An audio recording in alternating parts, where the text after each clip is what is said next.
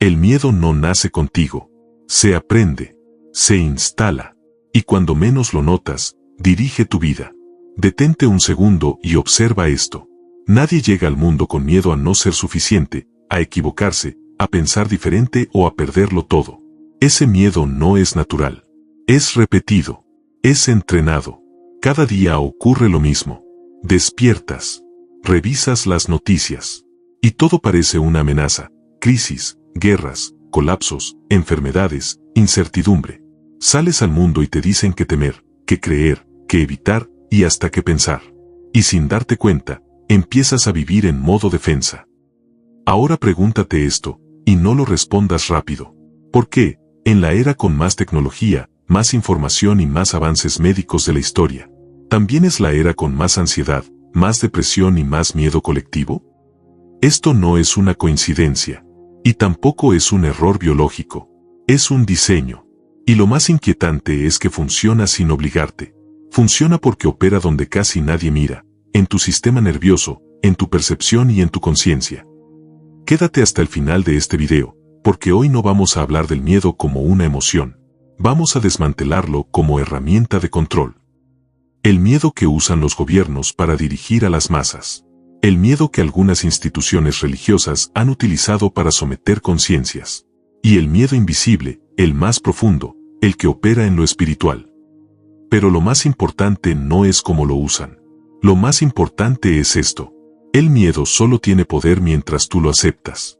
Y cuando entiendes que el miedo es un contrato silencioso, descubres algo que el sistema nunca quiere que recuerdes. Tienes la autoridad para romperlo. Hoy no vamos a alimentar el miedo. Hoy vamos a quitarle el control. Bienvenido a Legado y Verdad. Para entender cómo funciona el control, primero hay que entender algo esencial. Cómo reaccionas tú antes de pensar. Dentro de tu cerebro existe una estructura pequeña, del tamaño de una almendra, llamada amígdala. No está ahí para manipularte. Está ahí para protegerte. Su función es simple, detectar peligro y reaccionar rápido. Hace miles de años, si un ser humano veía a un depredador, la amígdala se activaba de inmediato. Liberaba adrenalina. Aceleraba el corazón. Y, por unos segundos, apagaba el pensamiento racional. No había tiempo para analizar.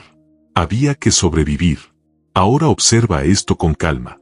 Hoy no hay un león persiguiéndote, pero tu cuerpo reacciona como si lo hubiera. Un titular alarmista. Una noticia repetida sin descanso. Una crisis detrás de otra.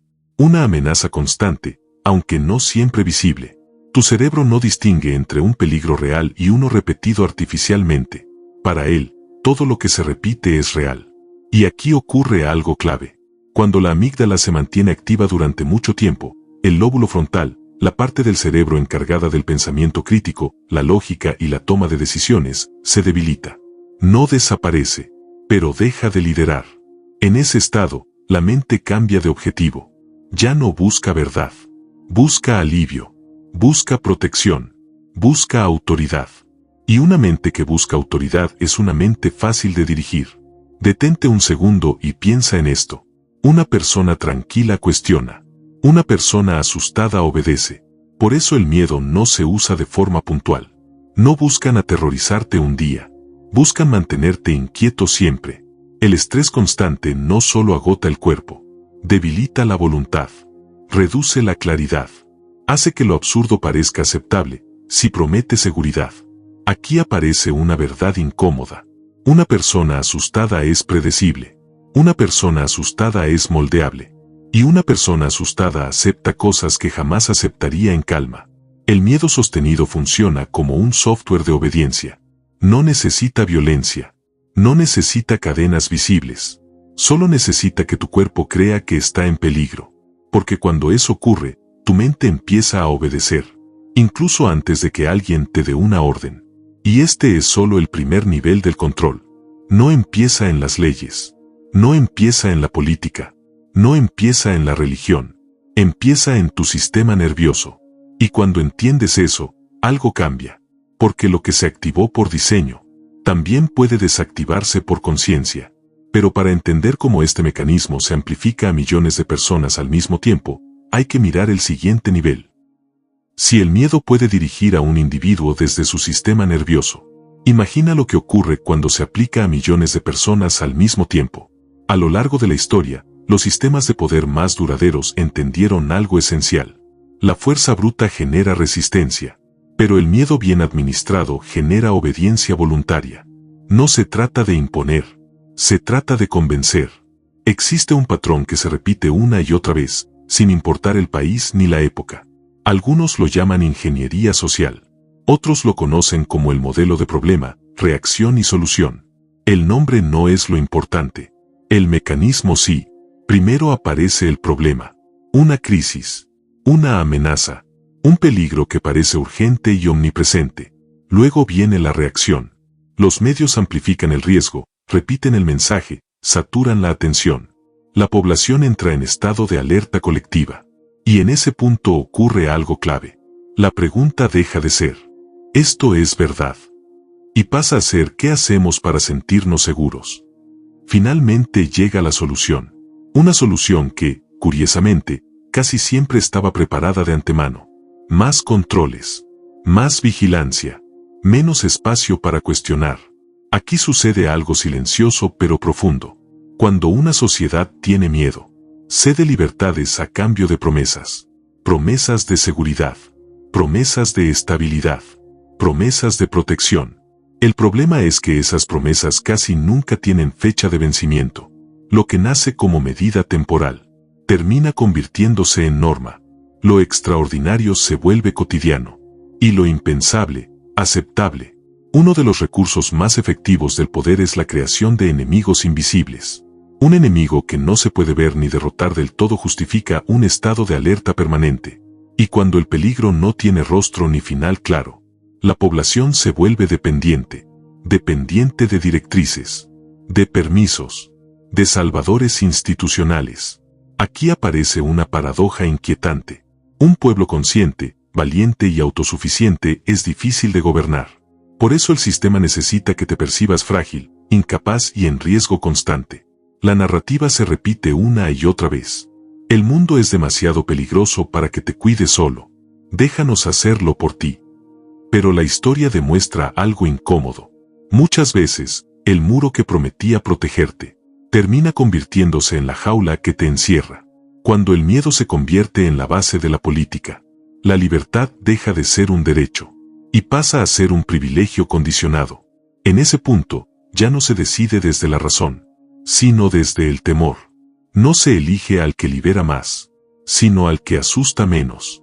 Esto no es un accidente del sistema, es parte de su diseño. Y funciona, solo mientras el miedo siga activo. Pero todavía hay un nivel más profundo de control. Uno que no se ejerce sobre el cuerpo ni sobre las leyes, sino sobre la conciencia.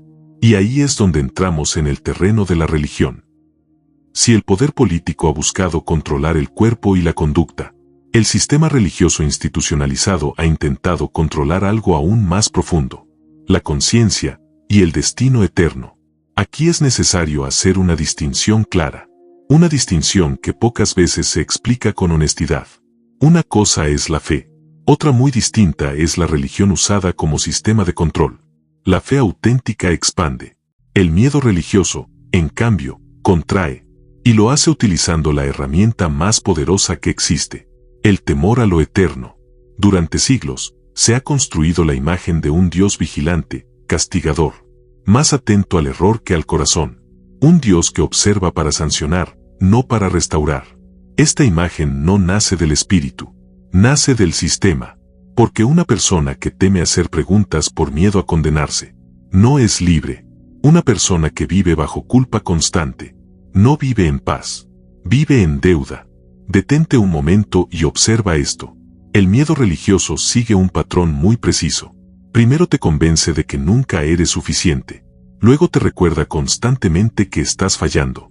Y finalmente te ofrece alivio, bajo condiciones. Obediencia, silencio, dependencia. Pero aquí aparece una verdad que incomoda a muchas estructuras. Las propias escrituras afirman que el amor verdadero expulsa el temor.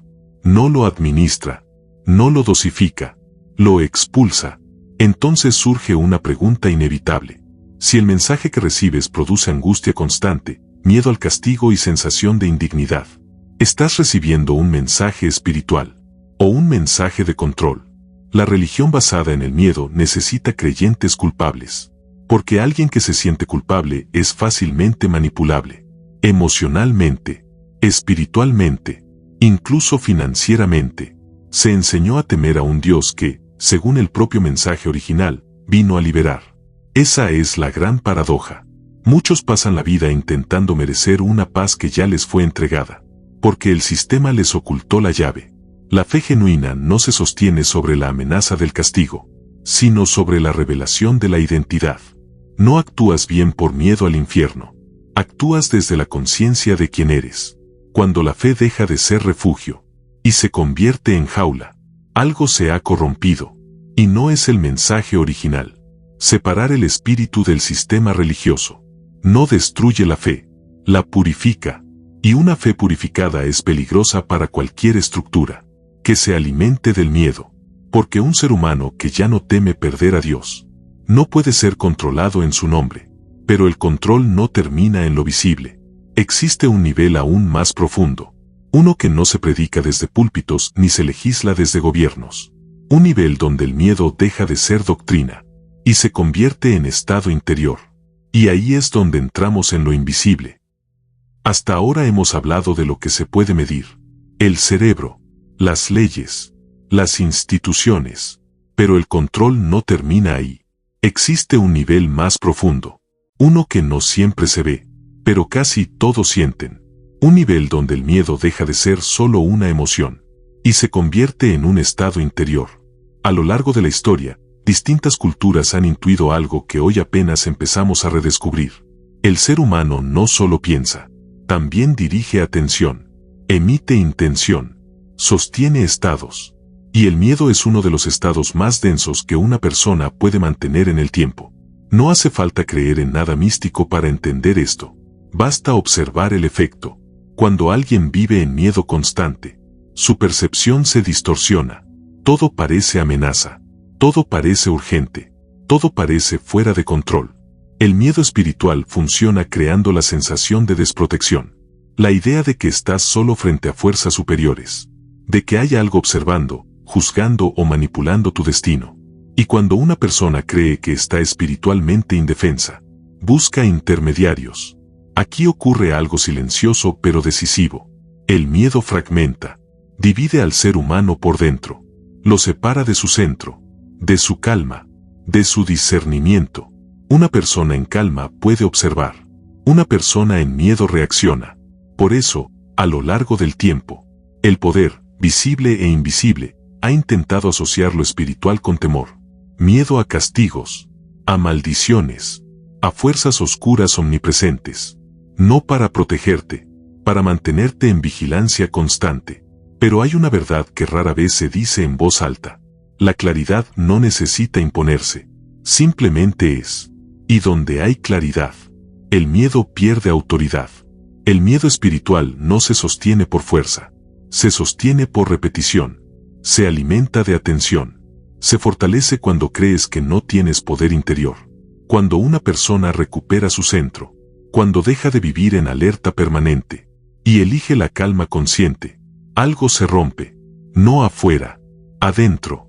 Y cuando eso ocurre, cualquier estructura basada en el miedo, visible o invisible, pierde su punto de apoyo, porque el miedo solo puede operar donde hay consentimiento interno.